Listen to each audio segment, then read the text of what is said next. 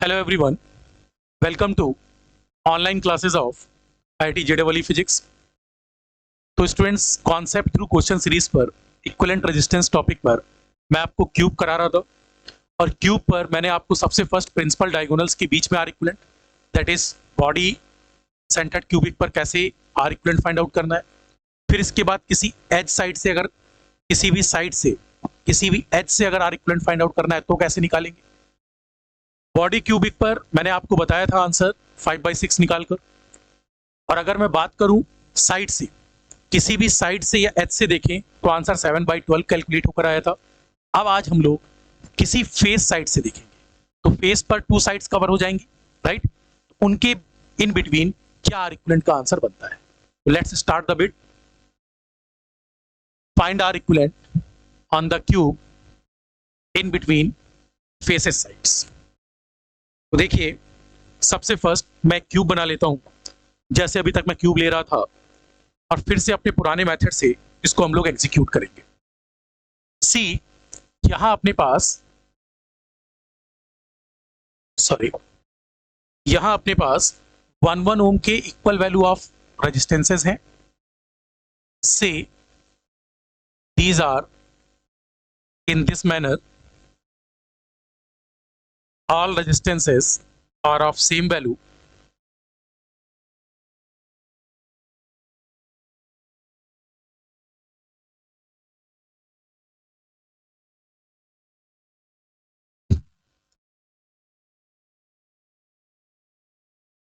ये सभी equal value के इंस्टेंट्स।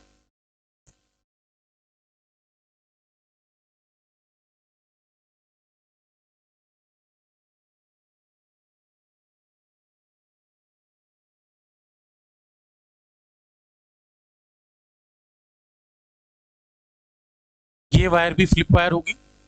एक बार जल्दी से आप लोग क्यूब को ड्रा कर लें।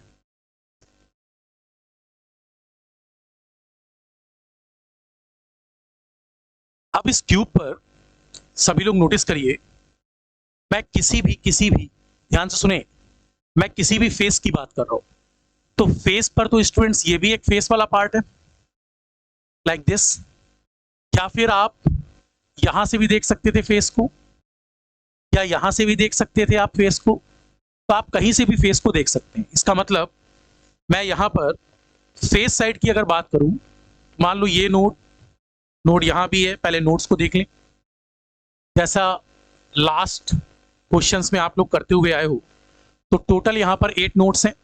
जैसा मैंने आपको एक बुक का एग्जांपल देकर बताया था, 4 नोड्स दिस साइड होंगे और 4 नोड्स बैक साइड होंगे, और टोटल 4 के बीच में हमारे पास 12 ब्रांचेस बन रही हैं। तो 4 ब्रांचेस यहां से आपको दिखाई देंगी, 4 ब्रांचेस बैक साइड है, और बची हुई 4 ब्रांचेज बुक की यहां पर होंगी, राइट। इस नोड से इस नोड के बीच, इस नोड से इस नोड के बीच, in between these 2 nodes also is this, right. अब अगर आप इसको वॉच करें कि मुझे इस बार इन दोनों के बीच में आर इक्विवेलेंट फाइंड आउट करना है, तो फर्स्ट नोड की नंबरिंग मान लेता हूं, ये 1 है, ये 2 है, ये 3 है, ये 4 है, ये 5, 6, 7, 8, कोई भी नंबरिंग मान सकते हैं। नोड की नंबरिंग कुछ भी हो सकती है। अब स्टूडेंट्स, आपको 1 से 4 के बीच में आंसर निकालना है। जरा नोटिस करो, क्या पहला क्वेश्चन 1 से 8 के बीच में पूछा था? 1 से 8 का मतलब था students 1 1 1 in between these 2। Otherwise आप अगर यहां से भी कैलकुलेशन करते तो इन बिटवीन 2 and 6 भी आंसर क्या आता? Same, that is 5/6। इससे पहले वाले क्वेश्चन में 1 से 2 के बीच में निकाला, या आप 2 से 4 निकालते, या 4 से 8 निकालते, या 6 और 8 निकालते, हर जगह से आंसर क्या आता? 7/12। लेकिन अब आंसर कहां से निकालना है? 1 से 4। या फिर मान लीजिए मैं आपसे इन बिटवीन 2 and 8 पूछूं, तो भी answer same. In between 1 and 6, तब भी आंसर सेम। तो अब आप फिर से एक टेबल बनाएंगे, और आपने देखा है टेबल बहुत कमाल है। सोर्स और डेस्टिनेशन आप पता कर लीजिए, सोर्स डेस्टिनेशन के बीच की डिस्टेंस देख लीजिए, और डिस्टेंस के बाद पता कर लीजिए कि आपस में किसकी किसकी डिस्टेंस इक्वल है। Directly you can execute the answer. Now see students, मुझे अगर मैं टेबल पर फिर से फॉर्म करूं, सोर्स और डेस्टिनेशन को तो सोर्स नोड की नंबरिंग इस बार क्या है?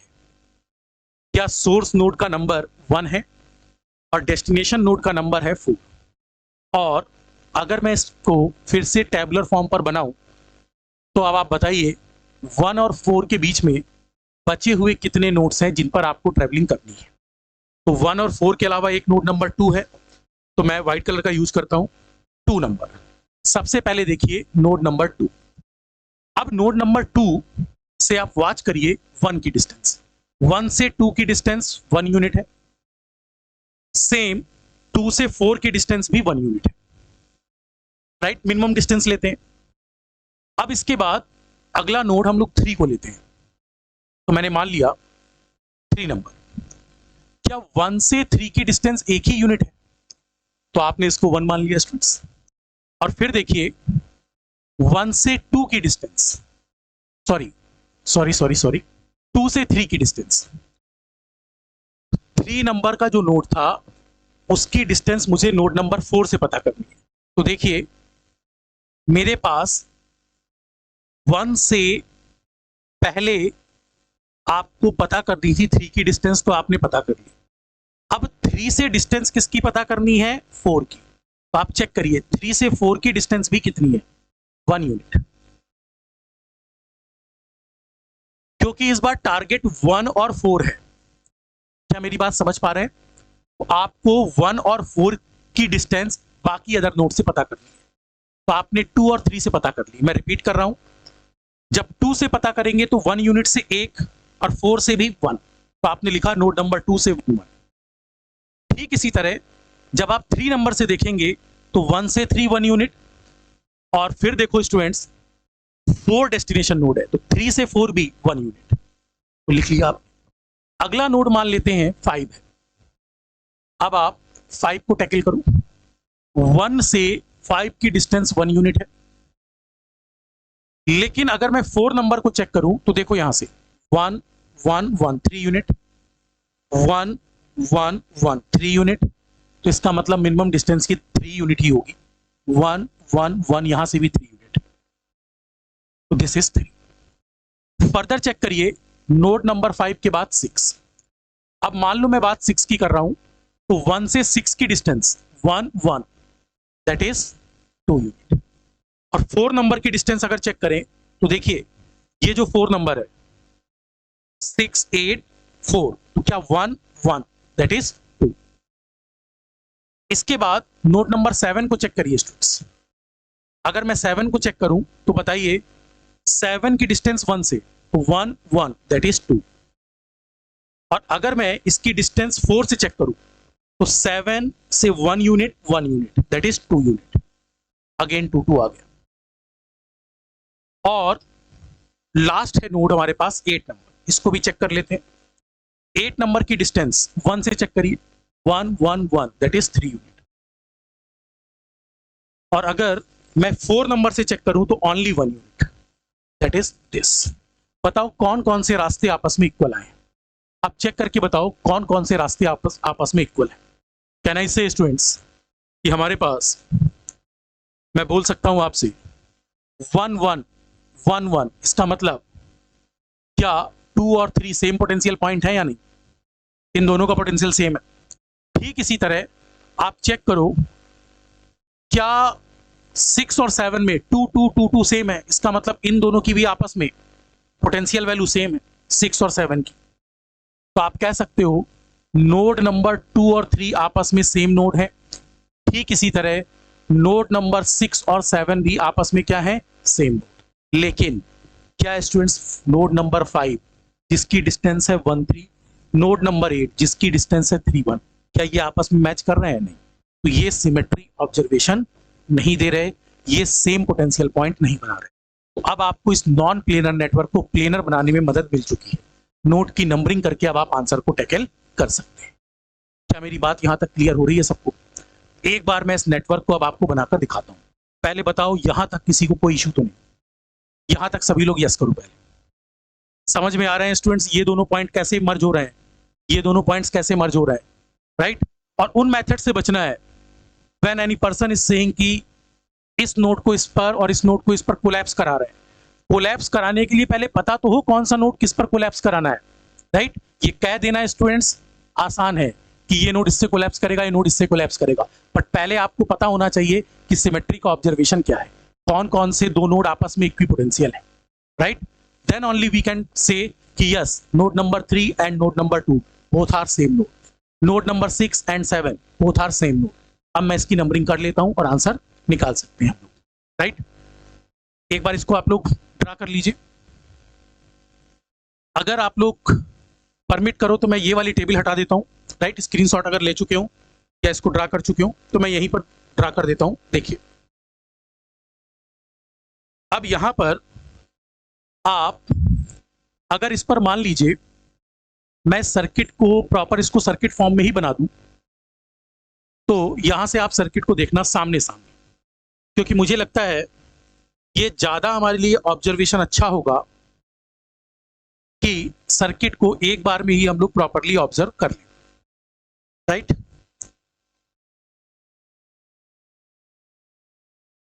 दैट मीन्स अगर मैं इसको एक बार में प्रॉपरली ऑब्जर्व करूं तो ये टेबल मैं हटा देता हूं जस्ट। चलिए जैसा नेटवर्क दिख रहा है वैसा ही लेकर चलेंगे, fine. See my dear students, node 1 से 4 तक को अगर मैं देखूं तो क्या मैं आपको समझाने के लिए बोल सकता हूं कि मेरे पास जो नोड नंबर 1 है, राइट, इस 1 को मैंने हटा दिया, इस 1 को मैंने नोड नंबर ए मान लिया, और नोड नंबर जो 4 था इसको मैंने नोड नंबर बी मान लिया। तो ये दोनों टारगेट टर्मिनल्स हो गए, ये बी नंबर नोड है। इसके अलावा 2 और 3 को मुझे एक ही नाम देना होगा, तो क्या 2 को हटाकर, ध्यान से देखिए, 2 को हटाकर मैं इस नोड का नाम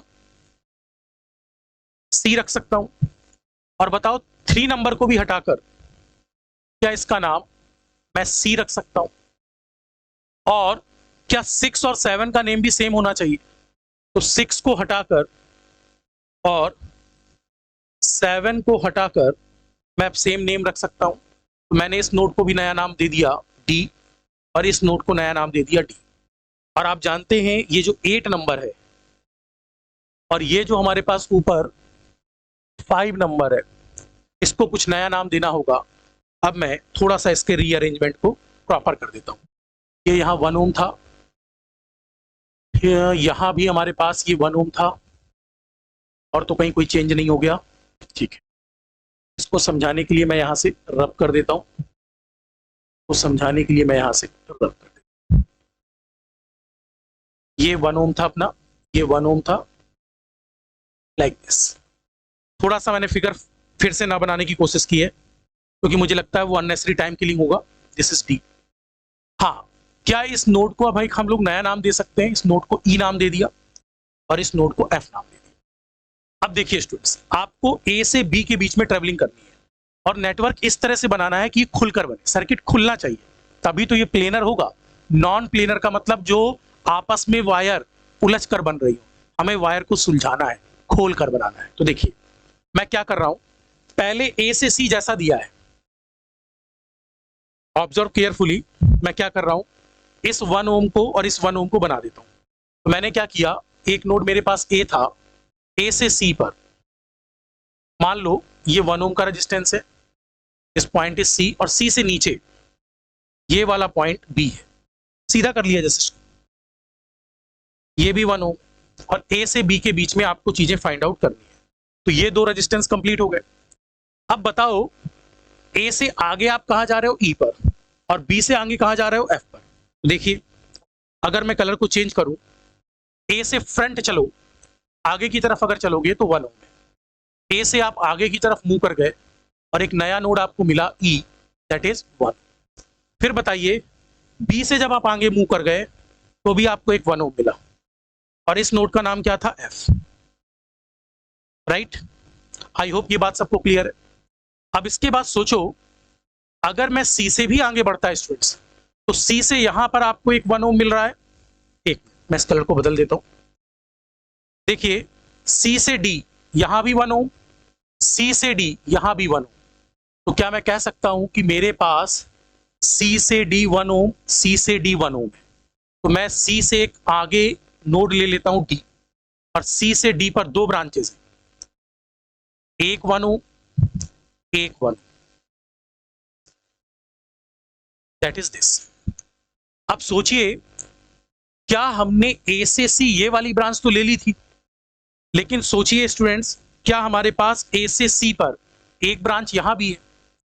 अगर मैं ए से सी वाली ब्रांच को यहां बना दूं तो ये दिस बनेगी, बोलो कोई इशू? ठीक इसी तरह सोचिए नीचे भी, क्या मैंने स्टूडेंट्स जो नेटवर्क बनाया है उसमें सी से बी मैंने ये वाला 1 ओम तो ले लिया है, लेकिन बताओ क्या सी से बी यहां भी एक 1 ओम है या नहीं? तो मैं इस 1 ओम को भी यहां बना देता हूं, सी से बी 1, इसको भी सर्किल कर देते हैं। अब अपने पास जो जो ब्रांचेस रिमेनिंग है उनको चेक करिए, बताइए ई से डी यहां एक 1 ओम है और ई से डी यहां एक 1 ओम है। ई और डी के बीच में दो ब्रांचेज आ सकती है, मैं एक बार कलर बदल देता हूं, ई से डी 1 ओम, ई से डी 1 ओम, तो ई से डी के बीच में दो ब्रांचेस ले लेते हैं 1 1 ओम की, एक 1 ओम, फर्दर 1, और क्या ये ई से डी बन गया? नेक्स्ट चेक करो, डी से एफ, कलर फिर चेंज करो, डी से एफ 1 ओम, डी से एफ 1, तो क्या डी से एफ के लिए दो ब्रांचेस हैं 1 1 ओम की? अब बताइए स्टूडेंट्स, इस नेटवर्क को बनाने के बाद क्या ऐसा फील हो रहा है कि सारी ब्रांचेस कवर हो चुकी, और इसका सीरीज पैरेलल आप इजीली कैलकुलेट कर पाओगे? तो बताइए टोटल 12 ब्रांच बनी या नहीं, पहले चेक करो। 1 2 3 4 5 6 7 8 9 10 11 12, बिल्कुल परफेक्टली करेक्ट। अब इनका सीरीज पैरेलल आसानी से निकाल सकते हो। तो पहले तो ये बताओ मुझे, इस नेटवर्क से इस नेटवर्क को बना पा रहे हो या नहीं? और मैंने इस नेटवर्क को पर ही यहाँ नोड के नेम करेक्ट कर दिए थे, सो दैट मुझे यहाँ पर सर्किट को बनाने में हेल्प मिल जाए। इसमें किसी को कोई इशू आ रहा हो तो बताओ, आराम से देख लो, आराम से, कहीं कोई इशू आ रहा हो आप लोग कमेंट करके भी बता सकते हो। Definitely definitely students, yes yes yes, गर्वित योर ऑब्जर्वेशन इज राइट। कैसा भी क्वेश्चन हो, बिल्कुल बिल्कुल बिल्कुल यार, सीटी की सीरीज मैंने उठाई इसलिए है सो दैट यहां से हम लोग रैंक प्रोड्यूस कर पाए, राइट? तो यहां पर कुछ भी ऐसा नहीं करना है जिससे हम लोग अपने कॉन्सेप्ट में लैग करें। हमें कॉन्सेप्ट्स को बिल्डअप करना है, तो मैं पीक लेवल तक लेकर जाऊंगा, क्योंकि मेरा मोटो है मेन से एडवांस तक आपको पहुंचाना। फाइन, तो इस नेटवर्क में बताओ जी, सभी स्टूडेंट्स यहां से बताएं, क्या ये बात सबको क्लियर हो रही है कि ये 1 1 आपस में पैरेलल है, ये 1 1 आपस में पैरेलल है, ये 1 1 आपस में पैरेलल है, ये 1 1 आपस में पैरेलल है, और ये 1 1 आपस में पैरेलल है? क्योंकि AC AC, CB CB, CD CD, ED ED, DF DF, जो सेम नोड के बीच में है, राइट, क्या वो ब्रांचेज ओवरलैप करेंगी और आपस में क्या बनाएंगी? Parallel parallel parallel. तो मैं इस नेटवर्क को फिर से ड्रा कर देता हूं। नेक्स्ट स्लाइड देखिए, अपने पास क्या हो रहा था, ये वाला नोड A था, बहुत इजी वे में देखिए, और यहां कोई नोड C था। A से C पर दो ब्रांचेस थी, उन दोनों का पैरेलल मिलाकर 1/2 बनेगा।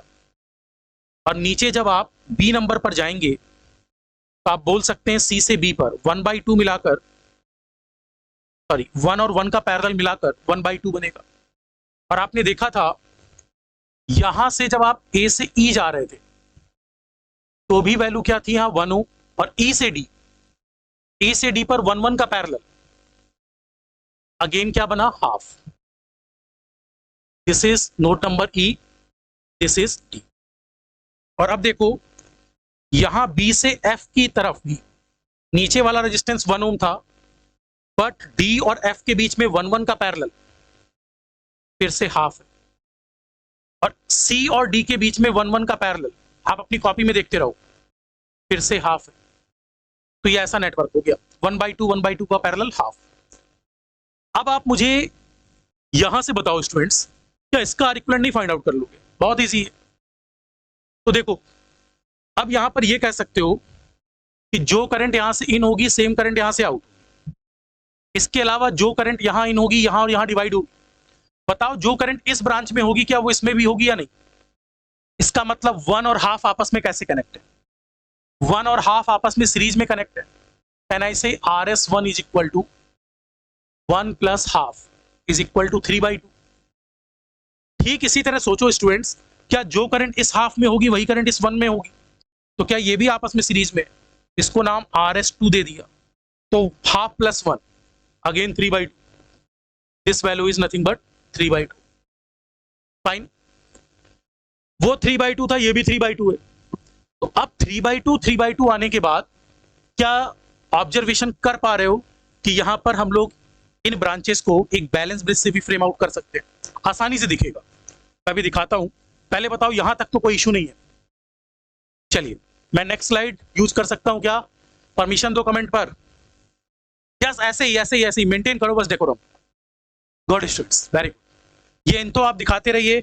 क्लासेस 1 आवर 2 आवर 3 आवर हम लोग मेंटेन करते रहेंगे students, day by day, right.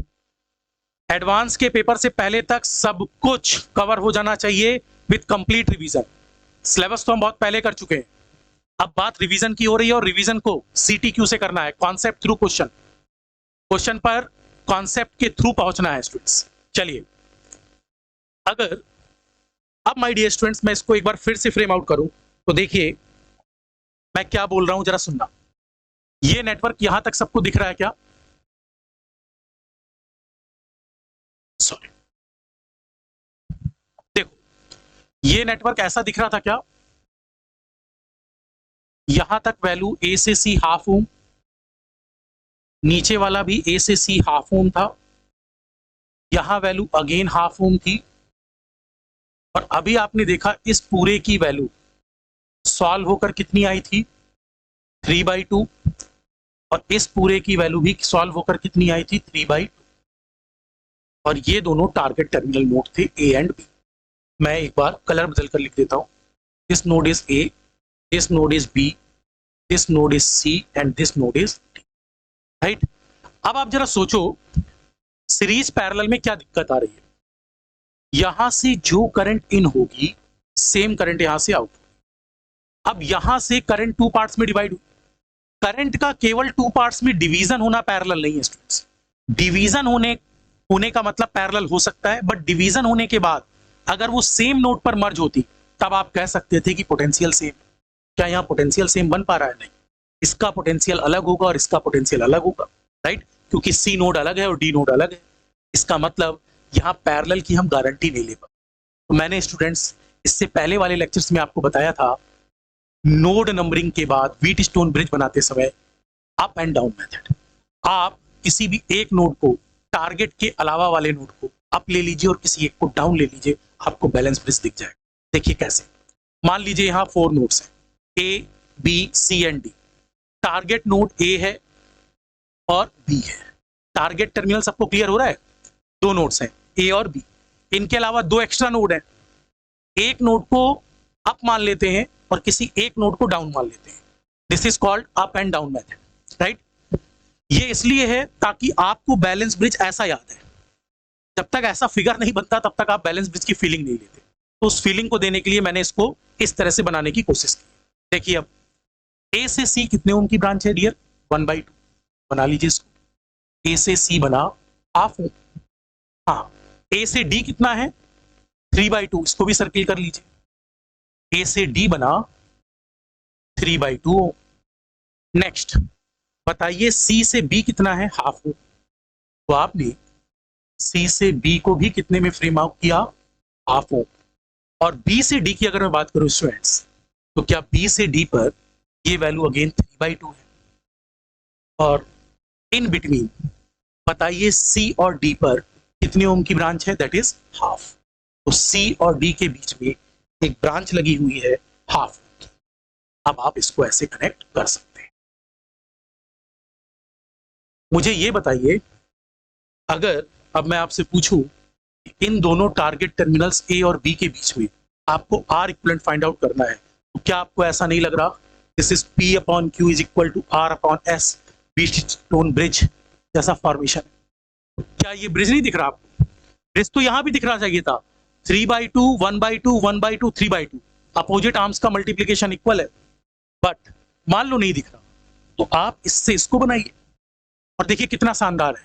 Target के अलावा 2 एक्स्ट्रा नोड होने पर, एक नोड को अप एक नोड को डाउन, और जब भी मोर देन 4 ब्रांचेज होती है तो इस कॉन्सेप्ट को यूज करने की कोशिश करते हैं, right.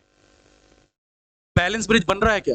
P/Q is equal to R/S है या नहीं? Yes, 1/2/1/2 is equal to 3/2/3/2, otherwise 1/2 का प्रोडक्ट 3/2 से, 1/2 का प्रोडक्ट 3/2 से इक्वल है। क्या होगा स्टूडेंट्स? इसका मतलब है इस समय मिडिल ब्रांच पर कोई करंट फ्लो नहीं करेगी, और अगर मिडिल ब्रांच में कोई करंट नहीं फ्लो करेगी तो यहां बल्ब पर कोई लाइटिंग होगी क्या? नो। इसका मतलब इसको सर्किट से अब हम हटा सकते हैं। That is the beauty of Wheatstone bridge.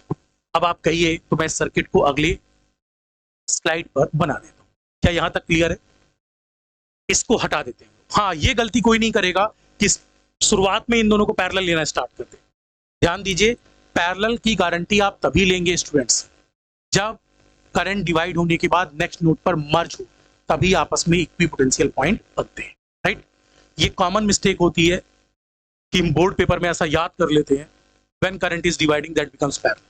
Current divide होने के साथ साथ अगले नोड पर मर्ज होनी चाहिए। अगर वो मर्ज नहीं होगी, मान लीजिए यहाँ व्हीटस्टोन ब्रिज नहीं बनता, तो क्या यही क्वेश्चन स्टार डेल्टा से नहीं करना पड़ता? तो दैट्स वाई ये बातें आपके दिमाग में होनी चाहिए। Got it? अब देखिए, मैं स्टूडेंट्स नेक्स्ट स्लाइड में इसको यूज कर रहा हूं। बताइए आप, अगर ये हाफ था, नेक्स्ट यहां भी वैल्यू हाफ है, और यहां रेजिस्टेंस की वैल्यू 3/2 है, और फर्दर यहां भी रेजिस्टेंस की वैल्यू 3/2 है। This point is a, this point is right. अब बताइए, क्या ये इजीली सॉल्व नहीं हो जाएगा? जो करंट यहां से जाएगी सेम करंट यहां से आउट हो। क्या ये करंट इस नोड पर डिवाइड होने के बाद यहां और यहां सेम करंट, तो 1/2 और 1/2 मिलाकर दोनों सीरीज, दैट इज 1। और अब देखिए, जो करंट यहां जाएगी, क्या वो करंट यहां और यहां सेम है? 3/2 मिलाकर 3 ओम है। इसका मतलब हम कह सकते हैं करंट डिवाइड हुई और नेक्स्ट नोड पर मर्ज हुई। इसका मतलब इन दोनों पर पोटेंशियल क्या होगा? Same. Otherwise A to B अगर हम बात करें तो ए टू बी पर ऊपर वाली ब्रांच क्या फ्रेम आउट हो रही थी? 1 ओम स्टूडेंट्स। और नीचे वाली ब्रांच की अगर मैं बात करूं तो ये कितनी थी? 3 ओम। अब बताइए ये दोनों पैरेलल हैं या नहीं? तो आर ए बी का मतलब I can say 1 parallel 1 into 3 upon 1 plus 3. Answer is 3/4। I hope ये बात सभी को क्लियर हो रही होगी। This is 3/4। फाइन। तो मुझे लगता है स्टूडेंट्स अब आपके पास तीनों के आंसर आ चुके हैं, राइट। मतलब आपने बॉडी वाला भी देख लिया, राइट, आपने साइड वाला भी देख लिया, एज वाला, और अब फेस वाला भी देख लिया। तीनों के आंसर आपके दिमाग में आ रहे हैं, राइट। अब कई स्टूडेंट्स क्या करते हैं, यहाँ पर इन आंसर्स को अपने दिमाग में डायरेक्टली मगफिकेशन कर लेते हैं, बट माय सजेशन इज आप मेथड से चीज़ों पर चलिए, आपके लिए चीज़ें आसान, राइट। जितना आप मेथड से मूव करेंगे स्टूडेंट्स, उतना आपके लिए बेटर होगा। फाइन। तो मुझे लगता है यहाँ तक ये सारे तीनों रिजल्ट्स आपको क्लियर होंगे। Okay guys, thank you, bye bye, take care, मिलते हैं नेक्स्ट क्लास में। Okay guys, thank you.